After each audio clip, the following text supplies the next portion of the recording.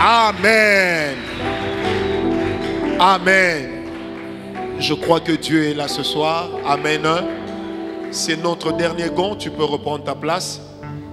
Après ce gong, on va tous aller enfin manger. Amen. Je ne sais pas pourquoi, mais ce soir, je sens une grande joie dans mon cœur. Je sens une très grande joie. Alors, avec de telles joies, le diable ne peut qu'avoir des problèmes. Amen. J'aime la présence de Dieu. Hier, j'ai parlé sur le nom de Jésus et l'autel qui a été élevé en utilisant le sang de Jésus. Est-ce que vous vous en souvenez, n'est-ce pas? C'est de ça dont nous avions parlé hier. Nous avions expliqué quelque chose d'important. C'est que lorsque l'homme a péché dans le jardin d'Éden, qu'est-ce qui s'est passé? Dieu a dû tuer un animal. Avec la peau de l'animal, il a revêtu l'homme. Ce qui est déjà quelque part l'image d'un sacrifice. Amen. Je répète, ce qui est déjà l'image d'un sacrifice. Après l'histoire de Dieu, je sens la présence de Dieu forte ce soir. Après l'histoire de Dieu qui tue l'animal pour revêtir l'homme, il se pose maintenant un problème. C'est que l'homme est en dehors du jardin. Et l'homme qui va en dehors du jardin, cet homme et cette femme ont deux enfants dont on parle plus dans la Bible. Nous avons Caïn et nous avons Abel. Caïn et Abel, ça c'est moi qui le pense, leurs parents leur apprennent à adorer Dieu. Leurs parents leur apprennent à s'approcher du Seigneur. Mais la chose que vous allez remarquer qui est extraordinaire, c'est que la chose qui a fait que Abel se rapproche de Dieu, qui a fait que Caïn se rapproche de Dieu, s'appelle l'autel. Donne-moi un amen bien. Je répète, quelqu'un me dira oui, mais Caïn ne s'est pas approché de Dieu. Mais Caïn a été capable d'entendre la voix de Dieu. Ça veut dire que quelque part, il s'est quand même rapproché de Dieu. La Bible dit ceci: Caïn et Abel offrirent à l'Éternel un sacrifice. Or, le sacrifice qu'on offrait à Dieu, on ne l'offrait pas sur de la terre. On ne la jetait pas par terre, mais on l'a posé sur une plateforme qu'on avait l'habitude de fabriquer avec des pierres. Et lorsqu'on prenait des pierres, on mettait ensemble et qu'on faisait cette plateforme-là, qu'on venait offrir à Dieu. La plateforme s'appelait autel et la chose qu'on amenait à Dieu s'appelle sacrifice. Amen. C'est quoi un autel? C'est la plateforme sur laquelle nous venons sacrifier à Dieu. C'est la plateforme sur laquelle nous venons apporter à Dieu. C'est la plateforme sur laquelle Dieu descend pour nous exaucer. Est-ce que quelqu'un me comprend? J'irai plus loin, j'expliquerai ça mieux avec l'histoire d'Élie. Alors, qu'est-ce qui va se passer lorsque Caïn élève l'autel? Il donne à Dieu des légumes parce qu'il était un cultivateur. Mais lorsque Abel élève l'autel, il donne à Dieu l'animal avec son sang. Je n'aimerais pas directement aller dans le sacrifice. J'aimerais d'abord m'arrêter dans l'intention de l'autel. Bien-aimé, la première intention pour laquelle l'homme a élevé l'autel dans la Bible, ça a été pour faciliter la rencontre avec la divinité. Parce que chaque autel que nous levons dans notre vie nous met en contact avec Dieu dans la dimension dans laquelle nous le cherchons. Tu n'as pas dit amen.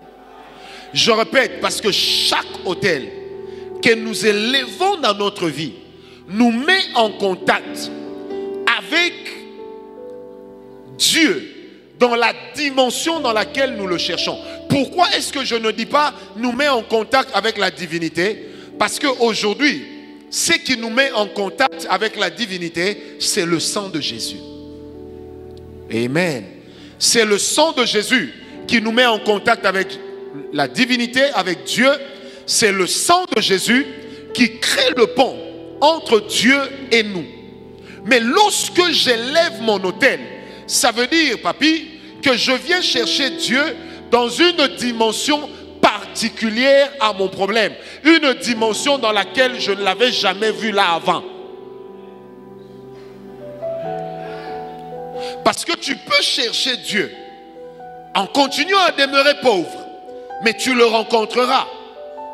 Tu peux chercher Dieu en continuant à demeurer malade, tu le rencontreras. Parce que la Bible n'a jamais dit que celui qui est malade ne peut pas s'approcher de Dieu. La Bible n'a jamais dit que le pauvre ne peut pas s'approcher de Dieu. Est-ce que quelqu'un est avec moi?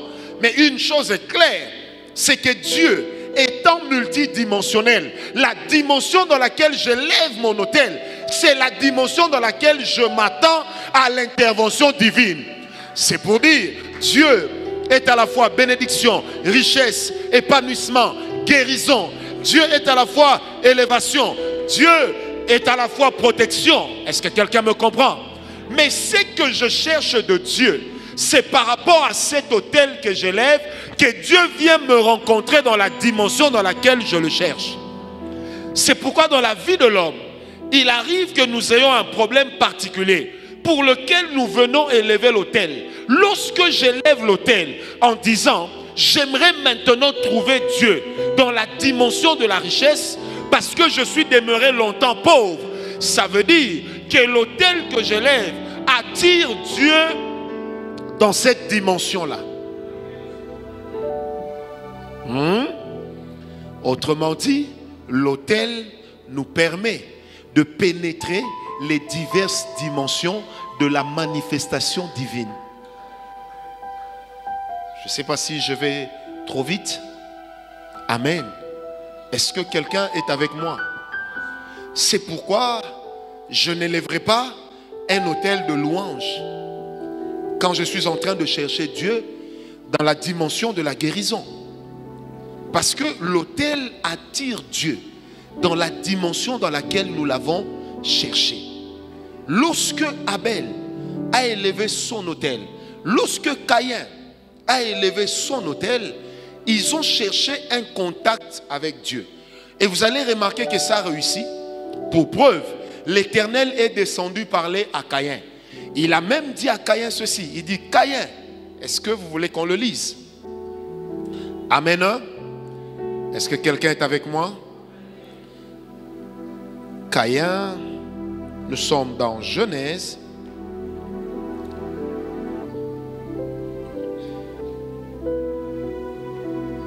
J'aime bien comment on dit Caïn. Caïna. Amen. Caïna. Prenez avec moi Genèse 4. À partir du verset 2. La Bible dit, Adam connut Ève, sa femme, elle conçut et enfanta Caïn, et elle dit, j'ai formé un homme avec l'aide de l'Éternel. Verset 2. Elle enfanta encore un frère, son frère Abel. Abel fut berger et Caïn fut laboureur ou cultivateur. Au bout de quelque temps, Caïn fit à l'Éternel une offrande de fruits de la terre. Et Abel de son côté en fit une des premiers-nés de son troupeau et de leur graisse. L'Éternel porta un regard favorable sur Abel et sur son offrande. Mais il ne porta pas un regard favorable sur Caïn et sur son offrande. Caïn fut très irrité et son visage fut abattu. Et l'Éternel dit à Caïn, pourquoi es-tu irrité et pourquoi ton visage est-il abattu?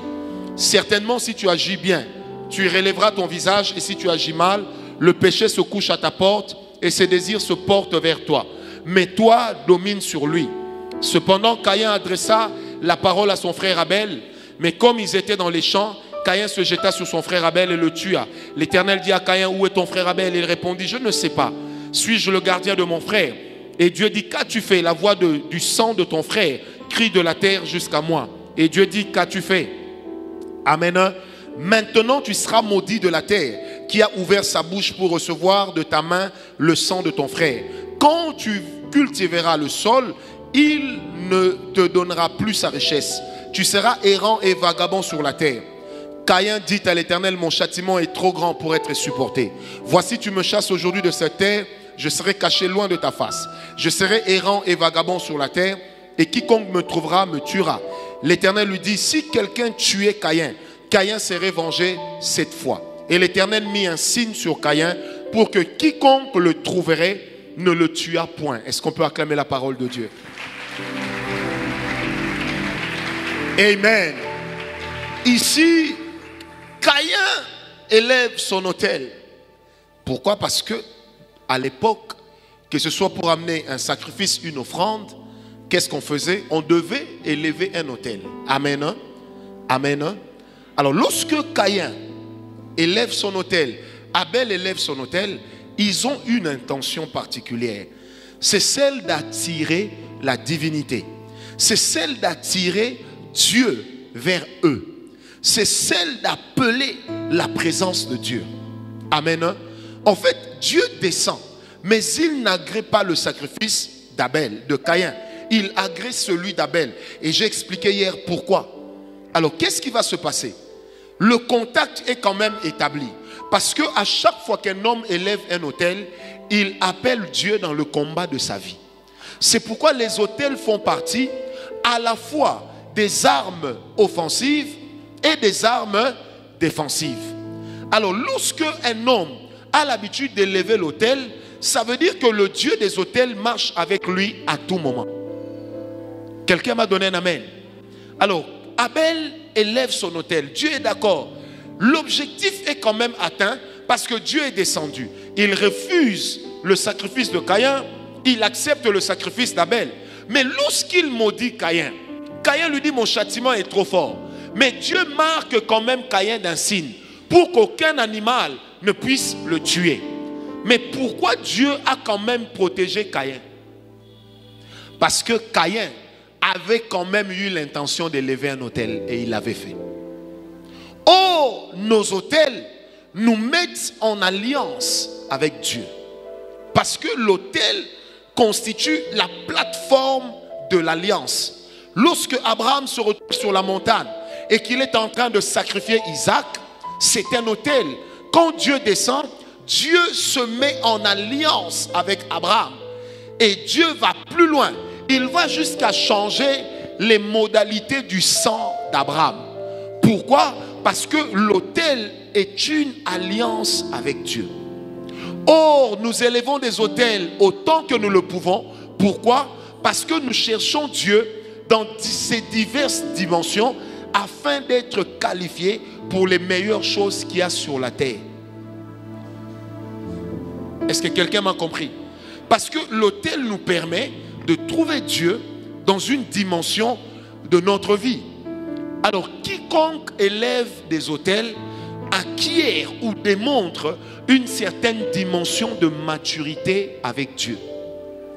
Mais qu'est-ce que Dieu qui est esprit va faire de la chair qu'on lui apporte?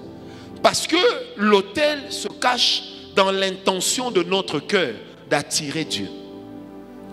Et aujourd'hui, nous ne faisons plus des stèles, mais notre cœur vient vers Dieu avec le sacrifice en main. Parce que le sacrifice n'est pas dans le cœur.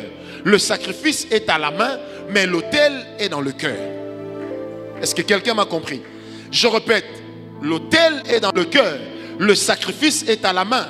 Parce que le Seigneur Jésus a dit, l'heure vient, elle est déjà venue, où les vrais adorateurs adoreront le Père en esprit et en vérité. Ça ne sera plus sur les montagnes de la Samarie, ni sur les plaines de Jérusalem. Mais ça sera où? Dans le cœur. Parce que le cœur, c'est l'organe dans la Bible qui a 3 significations. Le cœur a la signification du cœur, de la chair, organe. Le cœur a la signification de l'âme. Le cœur a aussi la signification de l'esprit.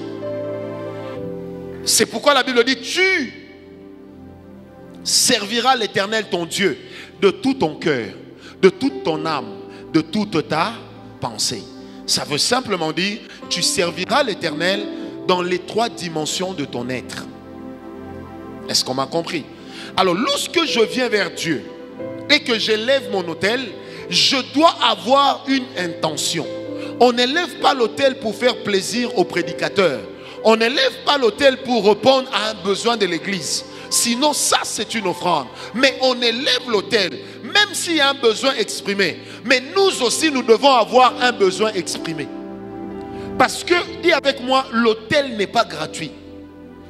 Non, dis bien avec moi, l'autel n'est pas gratuit. J'aimerais que tu dises à ton voisin, l'autel est une monnaie d'échange. Pourquoi l'autel est une monnaie d'échange? Parce que la dimension dans laquelle j'élève mon autel, c'est la dimension dans laquelle je m'attends à l'intervention divine.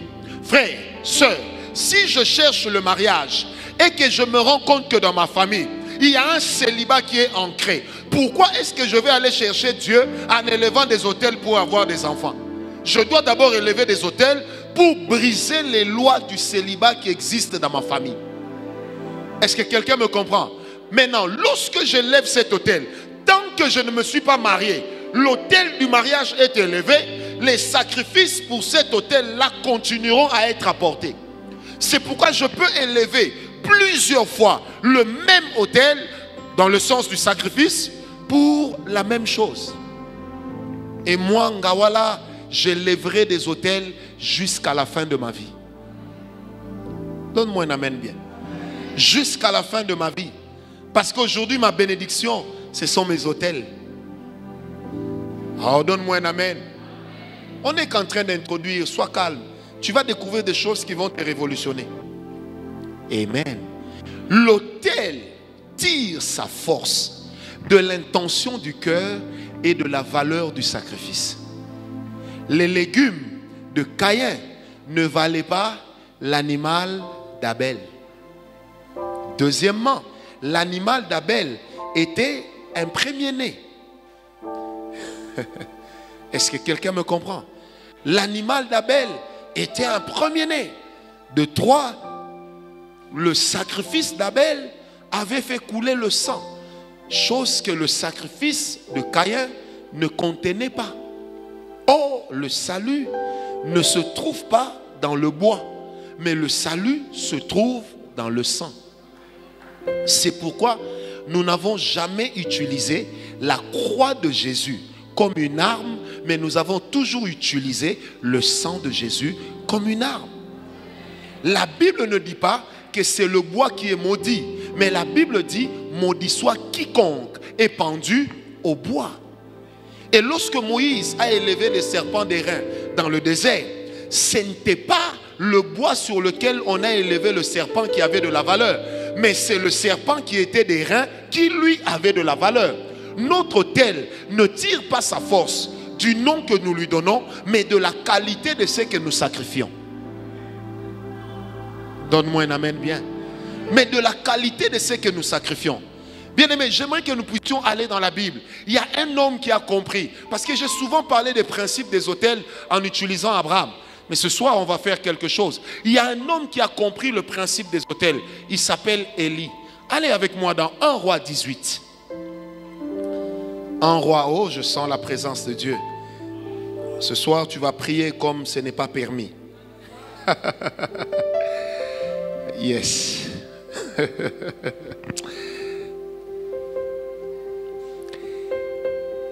Prenez à partir du verset 17.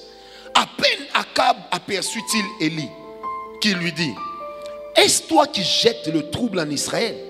Élie répondit: mais je ne trouble point Israël, c'est toi au contraire. Il parle à qui? Au roi.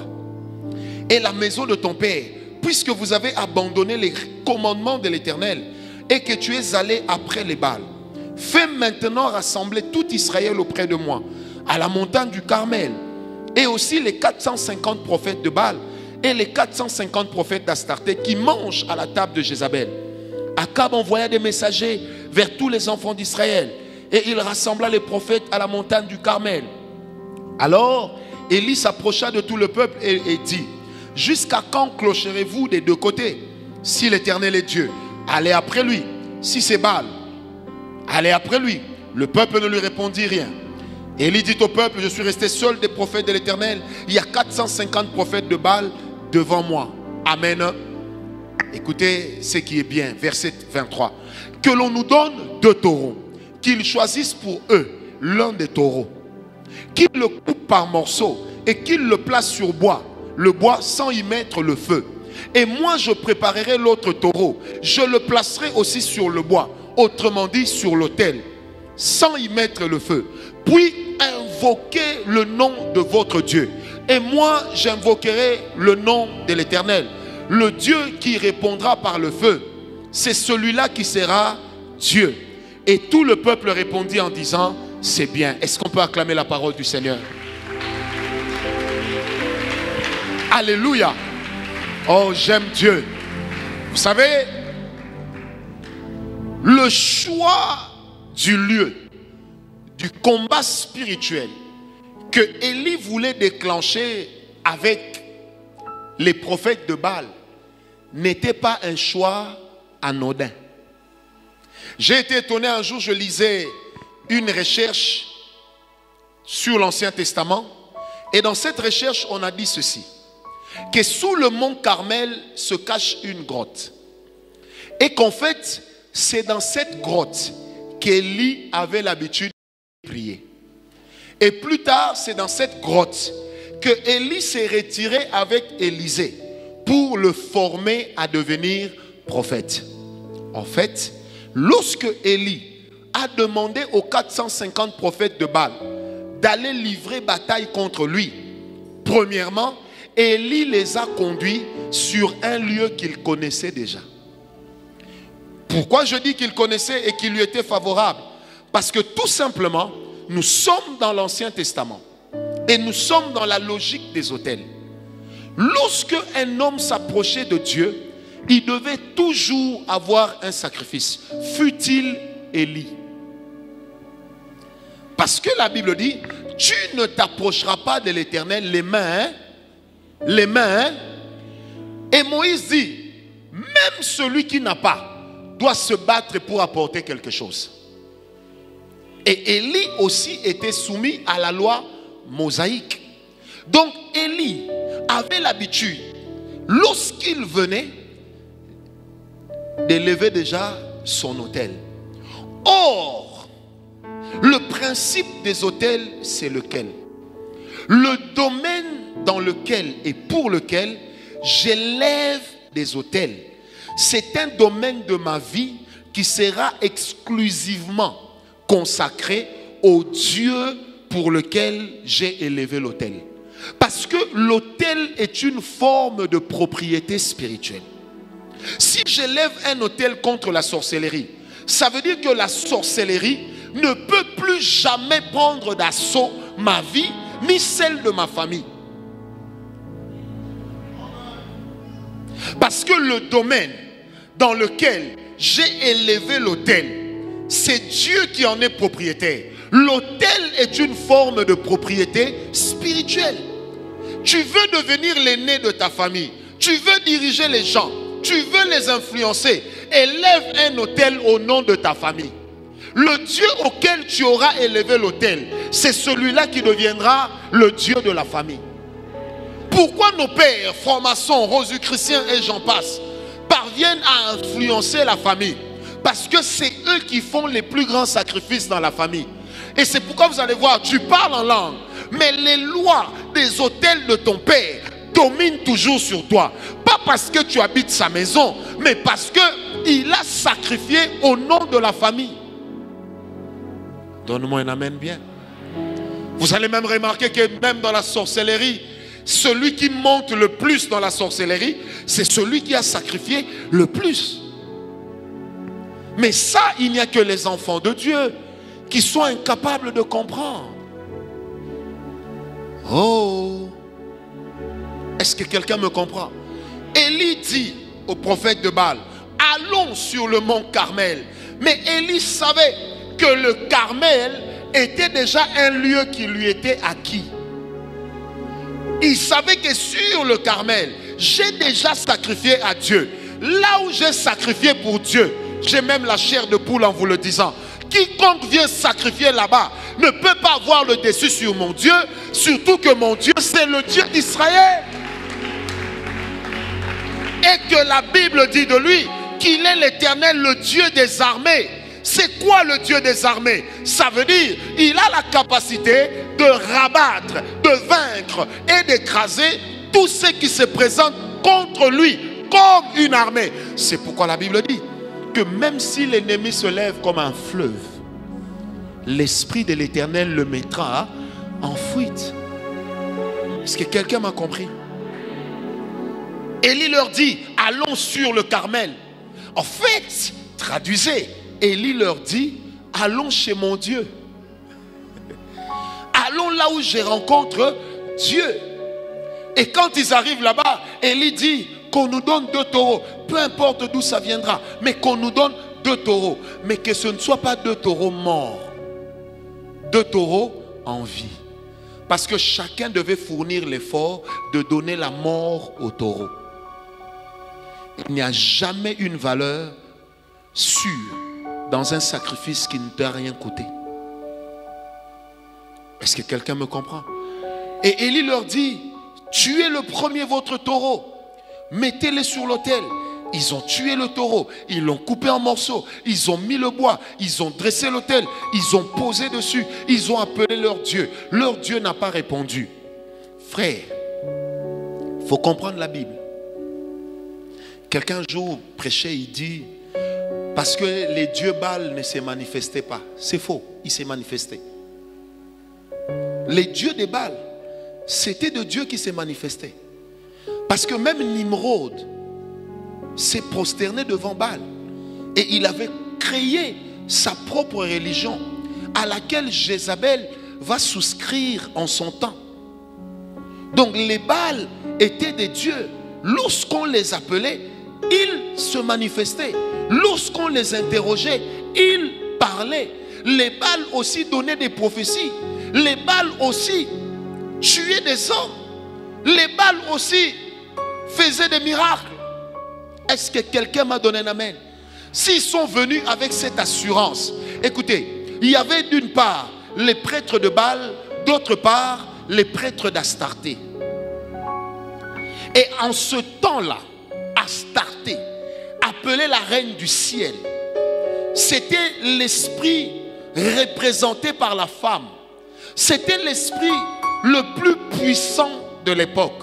Ça veut dire que Astarté, qui est à la base et à l'origine du culte de Marie, existait déjà. Et lorsque Nimrod, qu'on appelle grand chasseur devant l'Éternel, est monté sur le trône, il a donné de la valeur à la déesse Astarté. Et les gens de l'époque devaient tout à Astarté. Lorsqu'on était riche, on disait que c'est grâce à Astarté. Lorsqu'on était intelligent, on disait que c'est grâce à Astarté. Même dans l'Apocalypse, la Bible parle d'Astarté. Donc ce n'était pas un petit Dieu, c'était de Dieu qui s'est manifesté. Et remarquez ceci, lorsqu'ils ont appelé leur Dieu ne se sont pas manifestés, ils se sont fait des incisions. Parce qu'ils savaient que leur Dieu aussi répondait au sang. Mais que va faire Élie? Élie va commencer à les narguer, crier. Peut-être qu'il est parti se promener. Le problème, c'est lequel? Le lieu sur lequel il les a amenés avait déjà Dieu pour propriétaire. Et là où Dieu était propriétaire, Baal ne pouvait que se promener au loin. Or, quand Élie dit, vos dieux se promènent, dans le langage biblique, ça veut dire, vos dieux sont en train d'errer. Mais quand on a posé la question à Satan dans Job 1, par Dieu, d'où viens-tu? Satan donnera la même réponse. Je viens d'errer, ça et là. Et quand nous parlons de démons, démon veut dire esprit errant. Élie voulait leur dire, les dieux que vous priez sont des démons.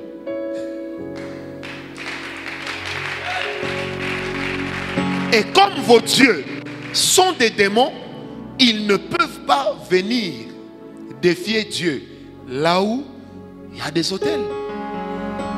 Maintenant, Élie leur dit, criez, faites-vous des incisions. Vous savez, moi j'aime la Bible. Dans le langage de la spiritualité, il n'y a jamais eu un sacrifice plus grand que le sang. C'est pourquoi nous n'avons pas été sauvés par les offrandes, mais nous avons été sauvés par le sang. La Bible dit, tu n'as agréé ni sacrifice, ni offrande, ni holocauste, mais tu m'as pourvu, tu m'as donné un corps. Est-ce que quelqu'un me comprend? Ça, c'est Jésus lui-même qui dit. Il dit, tu m'as donné un corps. Mais pour que le corps puisse racheter, il fallait que le corps saigne. Et le corps enseignant a perdu tout son sang. C'est pourquoi lorsqu'on a mis la flèche sur le côté ou l'épée, il n'y avait que de l'eau. Ça veut dire que tout ce qui contenait le sang n'existait plus dans le corps. Donc les sacrificateurs de Baal savaient que Dieu, leur Dieu, ne répond qu'au sang. Élie savait que son Dieu aussi répondait au sang. Sauf que Élie avait déjà été là avant eux. Est-ce que quelqu'un me comprend? Ils ont crié. J'ai envie de dire à quelqu'un ce soir, élève des autels, conduis tes ennemis sur ce terrain-là. Tu verras comment ils seront stériles, inféconds, improductifs, et ils ne pourront jamais remporter la victoire sur toi, là où toi tu as déjà élevé des autels. Donne-moi un amen bien. Vous savez, j'avais eu un problème il n'y a pas longtemps. Je ne dirai pas la nature du problème ici, mais Christopher était là lorsque j'ai prêché à Bruxelles. J'étais très malade au mois d'avril ou mars. Pendant que j'étais en train de prêcher 5 minutes, je leur avais dit, je ne vais pas beaucoup parler.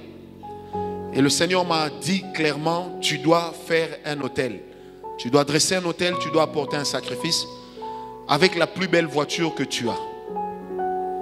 Du haut de la chair, j'ai directement dit, je donne à Dieu ma Mercedes que j'ai.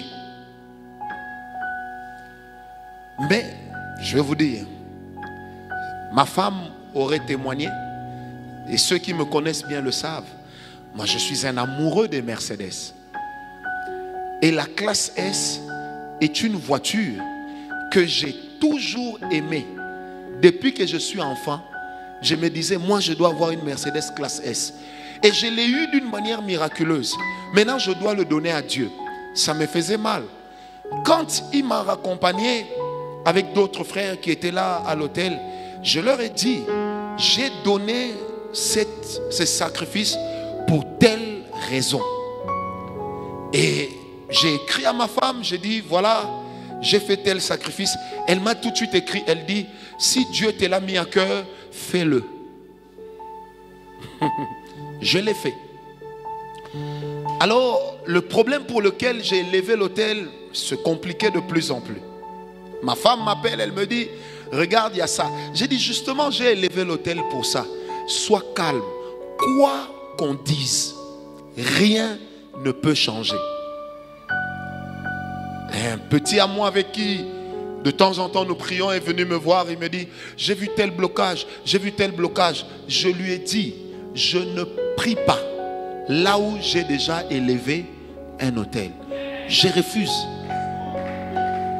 Il me dit, mais vieux, j'ai vu ça. J'ai dit, toi tu as vu. Moi, je vois que l'autel. J'ai dit, toi tu vois les combats. Mais moi j'ai vu l'autel. Il m'a dit, mais comment tu peux être sûr? Je lui ai dit, mon petit, là où j'ai élevé l'autel, c'est un domaine dans lequel le diable ne peut plus m'influencer. Frère, la chose pour laquelle j'avais élevé l'autel, c'est une chose qui généralement, pour se décanter, c'est compliqué. J'ai dit à ma femme, quand j'ai élevé cet autel au mois de mars, ou à mars je crois, mars, j'ai dit à ma femme, je donne à mon Dieu 6 mois. Il dit, pourquoi? J'ai dit, parce que mon autel va parler pendant 6 mois. Nous sommes allés avec lui en Irlande il y a 2 mois. On nous a quand même donné notre petit FM, Foufoua Motei. C'était quand même bien, hein? Vraiment c'était bien. J'ai pris la moitié. J'ai encore mis sur le même hôtel. Cette fois-là, j'ai appelé la sœur Lélo. Je lui ai dit, voilà, tu vas récupérer autant dans mon argent, pas dans l'argent de l'église. Parce que c'est ça l'hôtel. J'ai dit, tu vas aller donner à un tel. Elle l'a fait. Moi-même, j'ai appelé pour dire, c'est mon hôtel. Frère, en moins de 6 mois, Dieu m'a répondu favorablement.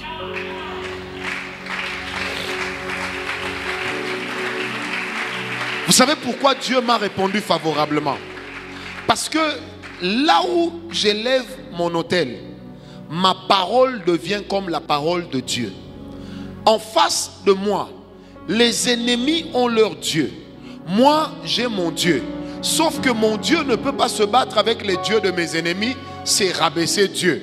Alors, qu'est-ce qui se passe? Là où j'élève mon hôtel, Dieu me donne l'onction. Ça veut dire il me donne la divinité dans ce domaine-là. Et je commence à agir, à parler comme si j'étais Dieu alors que je ne suis pas Dieu. Parce que c'est le même Dieu qui a dit à Moïse. Il dit, Moïse, lorsque tu seras devant Pharaon, tu seras Elohim pour Pharaon. Ça veut dire, tu seras moi. Mais moi, Dieu, je me cacherai derrière toi. Et dans le psaume 82, la Bible dit, vous êtes des dieux, mais cependant vous mourrez comme des hommes. Un homme qui élève l'autel devient lui-même comme un dieu pour le domaine dans lequel il a élevé son autel. C'est pour te dire que tu as la décision. Attends d'abord. En fait, j'aimerais t'amener à comprendre que si tu comprends ces choses et que tu les appliques, tu as la décision sur la qualité de la vie que tu comptes mener. Dieu te bénisse. Est-ce que quelqu'un m'a compris? Ça veut dire, non, moi j'aime Dieu. Je peux déterminer la qualité de la bénédiction derrière laquelle je cours à cause de mon sacrifice, à cause de mon autel.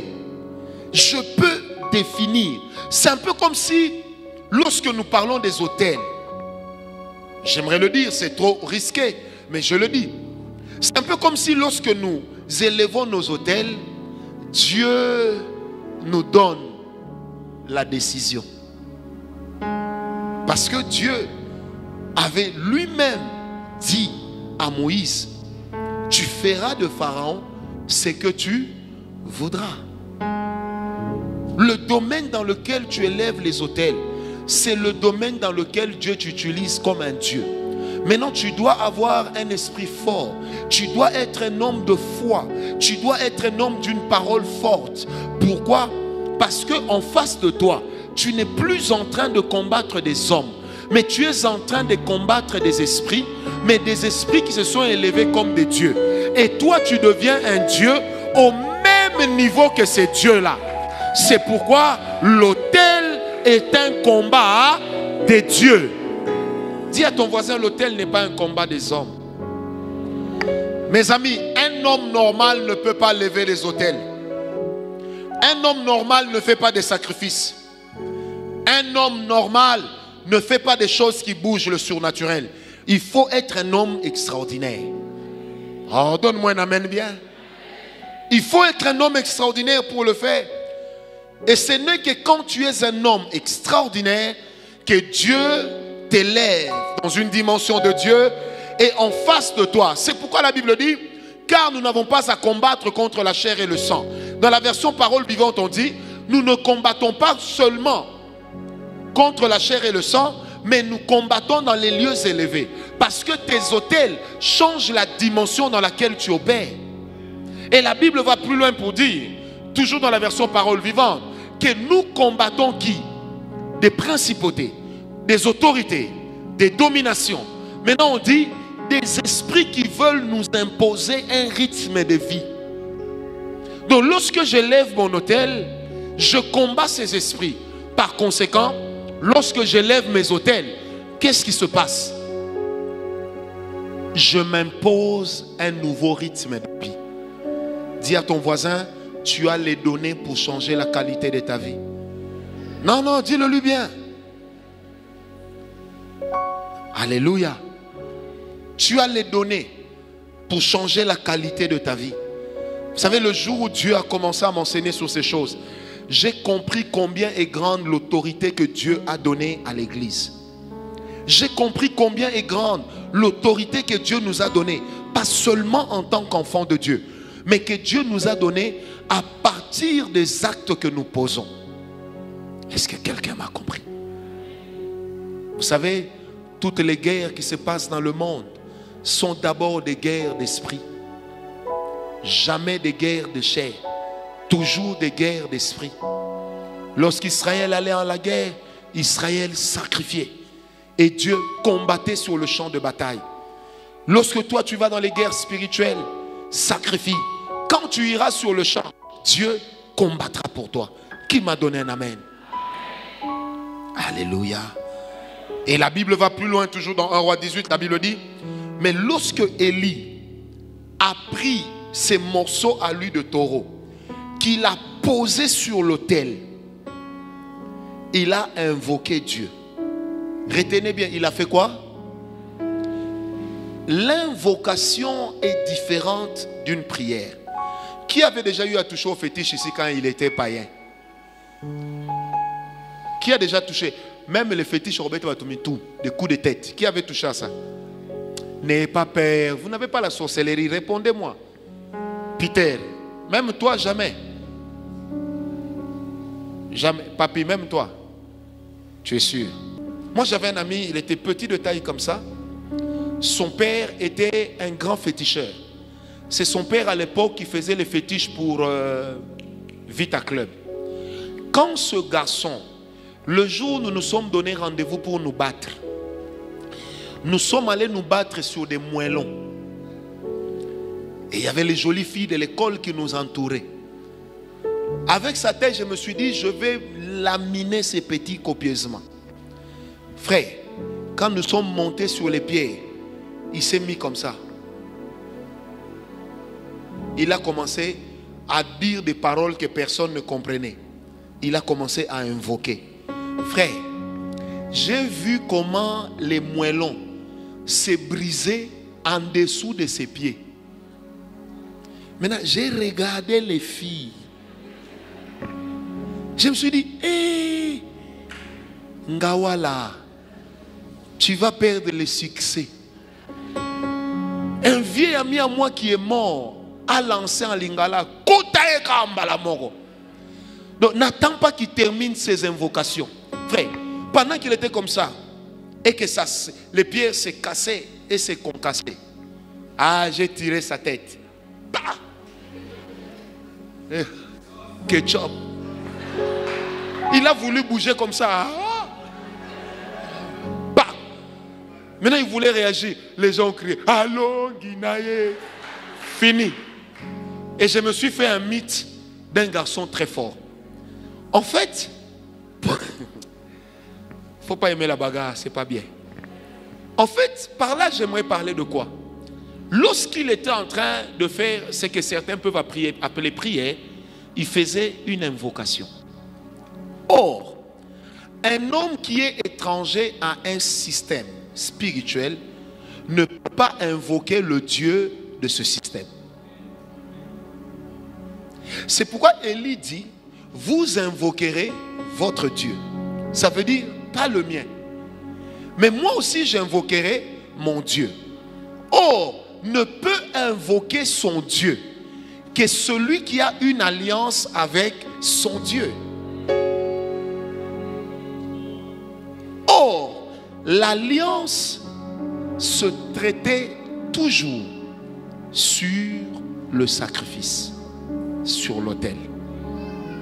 Alors, quand Élie a commencé à invoquer Dieu, dans l'invocation, quand Jocelyne partait chez le féticheur lui disait, si tu veux invoquer, fais telle chose. Vous comprenez comment ça se passe? Dis telle parole, fais. Mais en fait, avant que le sacrifice, le féticheur lui donne la formule magique, Le féticheur exige quoi? Hein? Vous vous rappelez dans l'histoire des pousse-pousse piston? Pousse-pousse piston. De La Vie est belle. Mvwandu avait fait quoi? Il était d'abord allé toucher au fétiche. Il a donné le sacrifice. On lui a donné la formule. Cette formule-là s'appelle une invocation. Maintenant, lorsque j'élève mon autel, les paroles que je prononce sont aussi mon invocation à mon Dieu, qui est le Dieu d'Israël. Et Élie dit, j'invoquerai mon Dieu. Comme pour dire, je suis en alliance avec mon Dieu. Moi, Élie, je connais mon Dieu. Or, dans Ésaïe 55, la même Bible dira, invoquez l'Éternel pendant qu'il... Non, cherchez l'Éternel pendant qu'il... Invoquez-le pendant qu'il... Hey, lecteur de la Bible. Cherchez l'Éternel pendant qu'il... Invoquez l'Éternel pendant qu'il... Invoquez l'Éternel. Cherchez l'Éternel pendant qu'il se trouve. Or, celui qui cherche n'a pas la garantie de trouver. C'est pourquoi dans Ésaïe 45, et Dieu, mais Seigneur, tu te caches et tu nous demandes encore de te chercher. Maintenant, écoutez, Dieu dit à Isaïe, va dire à Israël, je sais que je me cache, mais ce n'est pas en vain que j'ai dit à Israël de me chercher. Car s'il me cherche de tout son cœur, il me trouvera. On peut trouver Dieu lorsqu'on le cherche de tout son cœur. Mais on dit ceci, invoquez l'Éternel pendant qu'il est proche. C'est pour dire que l'invocation n'appartient qu'à ceux qui ont une alliance avec Dieu. Et quand Élie a invoqué son alliance avec Dieu, ça veut dire que Élie a quelque part rappelé à Dieu la valeur de son sacrifice. Et qu'est-ce qui s'est passé? Le feu est descendu du ciel, a consumé le sacrifice, est allé consumer même l'eau qu'on avait placée en bas, a même brûlé cette terre-là. Comment Dieu a-t-il fait cela? Pourquoi Dieu a-t-il fait cela? Parce que, un, il y avait une alliance entre Dieu et Élie. Deux, il y avait un sacrifice qui a attiré la présence de Dieu. Et trois, le nom de Dieu était en danger. Le domaine dans lequel tu sacrifies, c'est le domaine dans lequel tu dois donner à Dieu un nom. Quand tu sacrifies pour ton mariage, appelle le Dieu auquel tu as sacrifié le Dieu du mariage.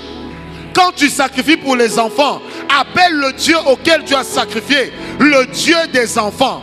C'est pourquoi vous allez remarquer qu'à chaque sacrifice que Abraham offrait à Dieu, il découvrait Dieu dans un autre mystère. Est-ce que quelqu'un m'a compris? Je cherche le Dieu des alliances. Je cherche le Dieu de mes besoins. Je cherche le Dieu de mes challenges. Je dois connaître le challenge que j'ai. Je dois l'identifier parce que je ne peux pas sacrifier tchanga tchanga. Est-ce que quelqu'un m'a compris? Élie dit, le Dieu qui répondra par le feu, c'est lui le véritable Dieu. J'aimerais dire à quelqu'un ce soir, notre Dieu répond toujours par le feu. Pas quelquefois, toujours, notre Dieu répond par le feu. Amen. Amen. Est-ce que quelqu'un m'a compris? Lèvons-nous, nous allons prier. On ne sacrifie pas encore, mais ce soir, j'aimerais que tu fasses quelque chose.